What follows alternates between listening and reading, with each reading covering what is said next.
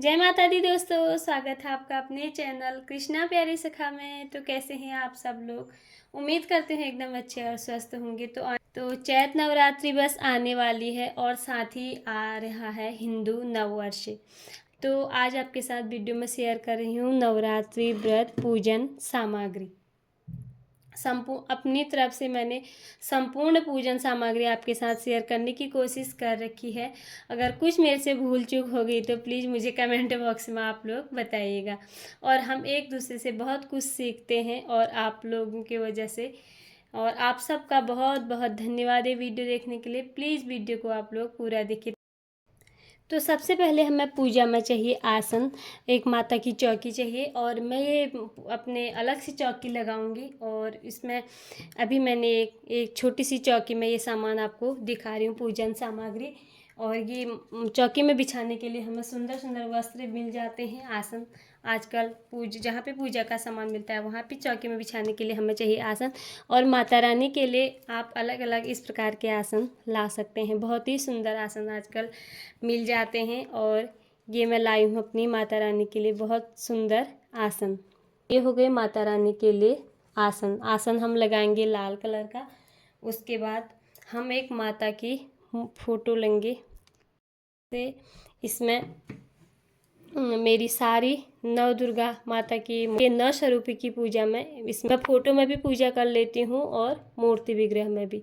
तो अगर आपके पास मूर्ति विग्रह है तो आप मूर्ति विग्रह को पंचामृत से अभिषेक कराएंगे, उसकी पूजा अलग तरीके से होती है। और फोटो में आप गंगा जल के छींटे लगा के इस तरह से माता की पूजा की जाती है। अगर आपके पास घर में फ़ोटो रखी है तो आप उसी में पूजा कर सकते हैं। अगर ऐसी माता रानी के नौ स्वरूप की पूजा की फ़ोटो आपके पास नहीं है तो आप इसे मार्केट से ख़रीद के ला सकते हैं। तो ये हो गई माता रानी की एक फ़ोटो। माता रानी को चढ़ाने के लिए आप बड़े से एक ये भी ला सकते हैं, चुंदरी। और माँ को के लिए आप अलग अलग इस तरह के चुनरी भी इन 9 दिनों में चढ़ा सकते हैं।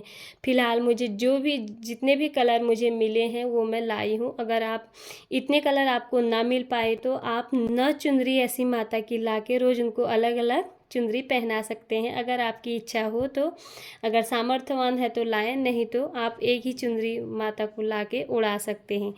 तो ये है मेरी लाल कलर की चुन्नी, ये है वाइट कलर की चुनरी, और ये है ग्रीन कलर की चुनरी, ये है ब्लू कलर की चुनरी, और ये है पता नहीं वीडियो में इसका कलर कैसा आ रहा है, पर ये है येलो कलर की चुनरी, और ये है पिंक कलर की चुनरी, और ये है ऑरेंज कलर की चुनरी। तो अभी मेरे को इतनी माता जी की चुनरी मिल गई हैं और मैं माँ को रोज़ अलग अलग तरह की चुनरी पहनाने वाली हूँ। तो रोज़ के 9 दिन के अलग अलग रंग होते हैं, उन्हें उस हिसाब से हम ये चुनरी उड़ाएंगे। और आप चाहें तो एक चुनरी भी ला सकते हैं, माता रानी की चुनरियाँ। और सुहाग के लिए कुछ चूड़ियाँ लाए हैं, जो माता जी को सुहाग के वस्त्र भी ये हमें समर्पित करनी होती हैं। तो यहाँ पे मैं एक मंगलसूत्र, ये है मेरी माता रानी के सुहाग का वस्त्र। माता को 16 श्रृंगार भी चढ़ा सकते हैं, और आप 5, 9, 11 जितने भी सुहाग सामग्री हो अपनी इच्छा अनुसार माता को भेंट कर सकते हैं। माता रानी की मूर्ति विग्रह है मेरे पास, तो मैं माता रानी एक ये ड्रेस। अगर आपके पास मूर्ति विग्रह है तो आपको ये ड्रेस ज़रूरी लेनी होती है। तो ये है मेरी माता रानी की ड्रेस। इस कलर की मेरी माता रानी के पास ड्रेस नहीं थी, तो मैं भी उनके लिए सिर्फ 2 ड्रेस लेके आई हूँ। तो अब उसके बाद ये होगी माता को समर्पित की जाने वाली चीज़ें। और मेरे घर पे हैं लड्डू गोपाल जी, तो एक ड्रेस मैं लाई हूँ अपने लड्डू गोपाल जी के लिए। तो नए वस्त्र में एक अपने लड्डू गोपाल जी के लिए भी यहाँ पे ला रखी हूँ। अब हम सबसे पहले पूजा में करेंगे कलश की स्थापना। कलश स्थापना के लिए आप ऐसे पीतल का, तांबे का, मिट्टी का कोई भी पात्र ले सकते हैं। इसमें मैंने पेंटिंग कर रखी है। और आप चाहें तो ऐसे सिंपल सा भी पीतल का ही ले सकते हैं। इसमें स्वास्तिक बनाएं और सबसे पहले आप कलश की स्थापना करें। कलश में रखने के लिए ऐसे पंच पल्लव आम के और अशोका के, जो भी आपको मिल जाए, इस तरह के पंच पल्लव हमें ऐसे कलश पे रखने होते हैं। 5, 7, 9 इस तरह से आप इनको लगा सकते हैं। और हम कलश में पहले हमने जल कंठ तक जल भरना है और उसके फिर हमने उसमें थोड़ा सा गंगा जल डाल के इसमें रोली, अक्षत, दुर्वा घास डाली जाती है। और उसके बाद हमने कलश में डालना है हल्दी की गांठ और 1 रुपये का कॉइन डाल देना हमने कलश पे, और 1 सुपारी डाल देनी है, और कमल गट्टा जो हमारी पूजा में ज़रूर चाहिए, माता की पूजा में। और ये सब सामग्री हमारी कलश में जाती हैं। और इसके साथ ही हमें कलश में डालनी होती हैं 2 हरी इलायची और 2 लौंग, जो माता की पूजा के विशेष वस्तुएं होती हैं। तो कलश में ये सब डाला जाता है, ये सामग्री, और कलश को ऊपर से ढक दिया जाता है और उसके ऊपर से रख दिए जाते हैं साबुत चावल। तो इस तरह से कलश की स्थापना की जाती है। और कलश में नीचे से बनाने के लिए हमें ऐसे चावल लेने होते हैं जो साबुत चावल होते हैं। पूजा के लिए हमें बिल्कुल साबुत चावल चाहिए जिसे हम अक्षत बोलते हैं, और टूटा हुआ चावलों का प्रयोग पूजा में नहीं किया जाता है। तो मैंने आपके साथ इसकी वीडियो शेयर कर रखी है। मैंने यहाँ पे चावल को ऐसे रंग रखे हैं। मेरे सारे चावल यहाँ पे मैंने बहुत प्रकार के चावल रंग रखे हैं, जैसे अष्टदल कमल बनाने के लिए रंग रखे हैं। और ये सब आप लोगों के साथ शेयर कर रही हूँ, और आप मेरे एक परिवार का हिस्सा हैं। और ये मैंने डार्क पिंक कलर इनका आ रखा है, और एक भी चावल हमारा इसमें टूटा नहीं है। तो इस तरह से इन चावलों का प्रयोग आप पूजा में कर सकते हैं। माता रानी के लिए मैंने अलग अलग तरह के चावल रंग रखे हैं। ये मैंने ग्रीन चावल रंग रखे हैं। तो ये मेरी पूजा के चावल हैं। तो आप चाहे तो इससे अष्टदल कमल बना के माता की पूजा में रंगोली बना के इनका प्रयोग कर सकते हैं। इसके नीचे हम अष्टदल कमल बना के चावलों सफ़ेद चावल नहीं रखे जाते हैं। आप चाहे तो चावलों में थोड़ा सा हल्दी मिला के कलश के नीचे से थोड़े से चावल रख के अष्टदल कमल बना के फिर उसके ऊपर से कलश की स्थापना की जाती है। और ये हो गया हमारा जौ। अब हम माता की नवरात्रि में कलश स्थापना के बाद तो सबसे पहले हम जौ बोएंगे, और जो ज्वारे उगाते हैं, और उसके लिए हमने जौ को अच्छे से सुखा के रख दिया है। इसकी वीडियो मैंने आपके साथ शेयर कर रखी है। नवरात्रि की सारी वीडियो मेरे चैनल पे अपलोड हो रही हैं। प्लीज़ चैनल पे जाके आप सारी वीडियोस देख सकते हैं। आपके लिए ये वीडियो बहुत ही यूजफुल होने वाली हैं। और जौ बोने के लिए ये ले रखा है हमने एक मिट्टी का पात्र, अखंड दीपक माता रानी की पूजा में। और जो छोटा दीपक होता है वो हमारा बस 1-2 घंटे ही चलता है। और ये मैं लगाती हूँ यहाँ पर अखंड ज्योत। तो ये मैं बड़ा दीपक माता पूजा में प्रयोग किया जाता है। आपके पास अगर इस तरह का पीतल का दीपक हो तो आप इसमें ही अखंड ज्योत जलाएं, और अगर इस तरह का ना हो तो आप मिट्टी के दिए में भी ये अखंड ज्योत लगा सकते हैं। अगर अलावे की ज्योत मैं यहाँ से बनाई ले आती हूँ, और ये मेरी हो गई अखंड ज्योत की तैयारी। और ये है दीपक प्रज्वलित करने के लिए घी। अखंड ज्योत के लिए मैं हमेशा गाय के घी का इस्तेमाल करती हूँ। और आप लोग चाहे तो तिल के तेल का भी दीपक हम लोग लगा सकते हैं। तिल के तेल का भी दीपक लगाते हैं लोग, और सरसों के तेल का भी दीपक लगाते हैं। तो मैं गाय के घी का दीपक लगाती हूँ, तो यही ले आई हूँ। और करीब 1.5 किलो के करीब हमारा ये घी लग जाता है। अगर आप अखंड ज्योत लगाना चाहें तो हमें घी की व्यवस्था पहले से करनी होती है। तो ज्योत के लिए घी, सबसे पहले भगवान श्री गणेश जी की पूजा होती है। तो पूजा में हमें गणेश जी की स्थापना जरूरी होती है। और गणेश जी की हमारी पूजा में सबसे पहले माता की पूजा में गणेश जी की पूजा होगी। और के पास मूर्ति गणेश जी की मूर्ति विग्रह है तो आप उन्हें भी पूजा में ज़रूर रखें। सबसे पहले इन्हीं की पूजा की जाती है। अगर गणेश जी की मूर्ति विग्रह ना हो तो फिर आप ये सुपारी है जो उसको गणेश जी की का स्वरूप देके उनकी पूजा कर सकते हैं। इस तरह से सुपारी से भी गणेश जी की स्थापना की जाती है। और एक सुपारी हमें कलश में डालने के लिए चाहिए, और 9 दिनों के लिए हमें यहाँ पे अलग अलग दिन के लिए एक सुपारी चाहिए। अगर आप नवग्रह की पूजा कर रहे हैं तो उसके लिए भी हमें ये सुपारी चाहिए होती है पूजा में। तो आप ये सुपारी भी पहले से ले आएँ। कम से कम हमें 9 या 11 सुपारी ले लेनी चाहिए। और कलश में रखने के लिए हमें चाहिए नारियल। नारियल हमारा पानी वाला नारियल होना चाहिए और जटा वाला, और हमें ऐसे हिला के लाना है, जिसमें पानी हो वही हमें नारियल ले आना है।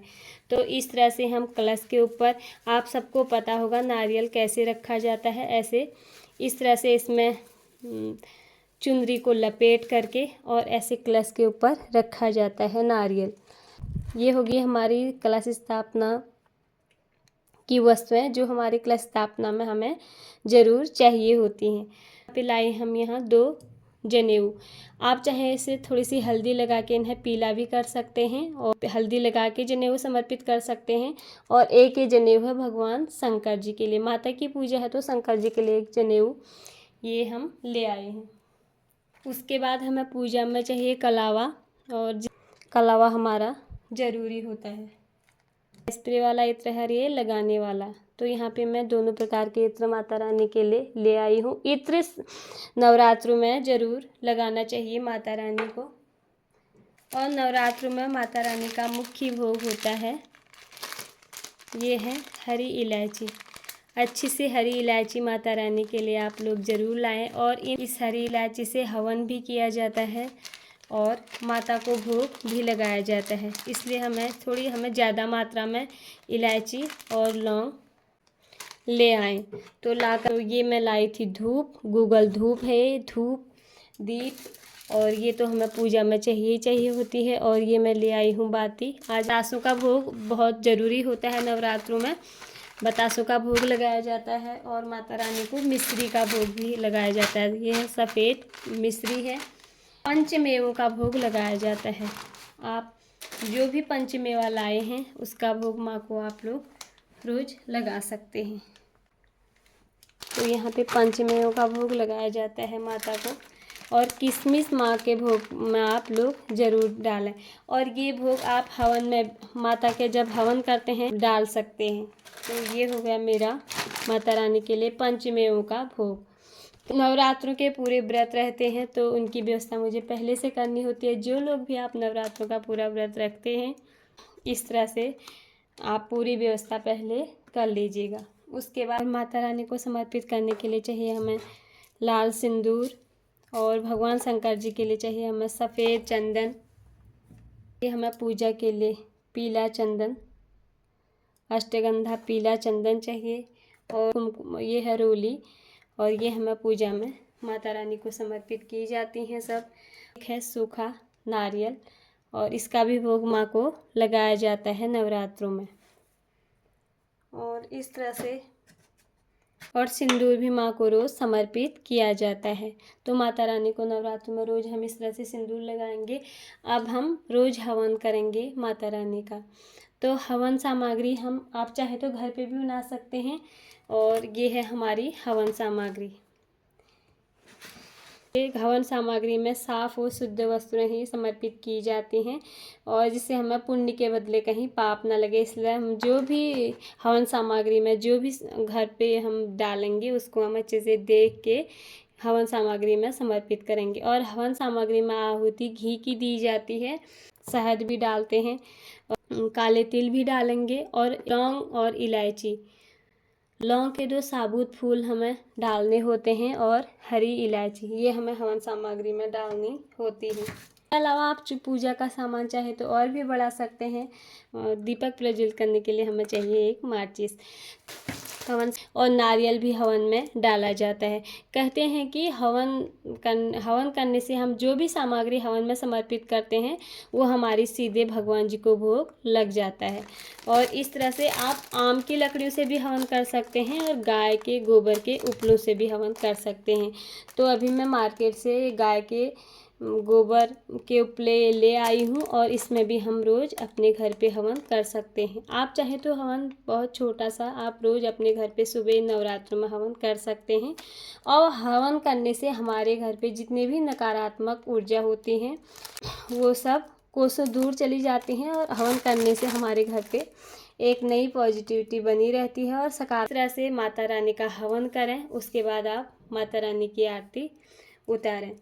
अखंड दीपक जला रखा है, उससे आप माता रानी की आरती नहीं उतारेंगे, और आरती उतारने के लिए आप अलग से दीपक प्रज्वलित करेंगे। और अगर आपके पास इस तरह से आरती है तो आप उससे माता रानी की रोज़ आरती करें। हवन बड़ा नहीं करना चाहें तो सुबह शाम, अगर आप ऑफिस वाले हैं, ड्यूटी वाले हैं, कहीं काम से बाहर जाते हैं तो आपको क्या करना है, आप सरल विधि से आप लोगों के साथ शेयर करूंगी। जो ये आरती है इसमें एक हम छोटा सा मिट्टी का पात्र भी इसके ऊपर रख सकते हैं और इसमें हमने 2 कपूर डाल दे हैं। और कपूर भी माता रानी की पूजा में हमें ज़रूर चाहिए। कपूर से माता रानी की आरती उतारी जाती है नवरात्रों में। और कपूर तो हमारे घर पे वैसे भी रोज़ जलानी चाहिए। और इस पे ये हमने इसमें रख दिया है 2 कपूर और 2 लौंग और 2 हरी इलायची। हमें इस बात का ध्यान रखना है, जब हम लौंग भवन में समर्पित करें तो हमारा टूटा हुआ नहीं होना चाहिए। लौंग का हम पूरा जोड़ा इसमें समर्पित करेंगे। इस तरह से इसमें आप लौंग, इलायची और ये 2 कपूर जला के और थोड़े से काले तिल डाल के और जौ कपूर जलाएं और प्रज्वलित कर देना है। और इसमें हमें ऊपर से घी की आहुति दे देनी है।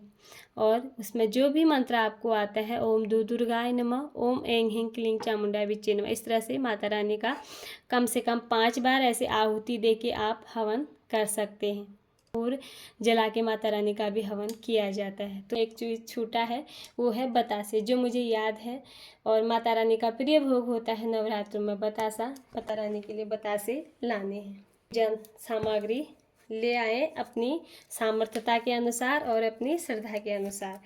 और इसको भी पढ़ना ज़रूरी होता है। आप पूरे 9 दिनों तक ये किताब ना पढ़ पाएँ तो पहले दिन ये आप किताब पढ़ के अपनी पूजा में इन्हें भी आप ज़रूर रखें। दुर्गा चालीसा 9 दिनों तक आप दुर्गा सप्तशती ना पढ़ पाए, आप दुर्गा सप्तशती ना पढ़ पाए, हर किसी के लिए संभव नहीं होता है, तो आप ये दुर्गा चालीसा का भी पाठ कर सकते हैं। तो माँ दुर्गा सप्तशती, और जिसे मैं पूरे नवरात्रों में पढ़ लेती हूँ। बहुत छोटी सी बुक है और इसमें संस्कृत के श्लोक हैं और हिंदी में है।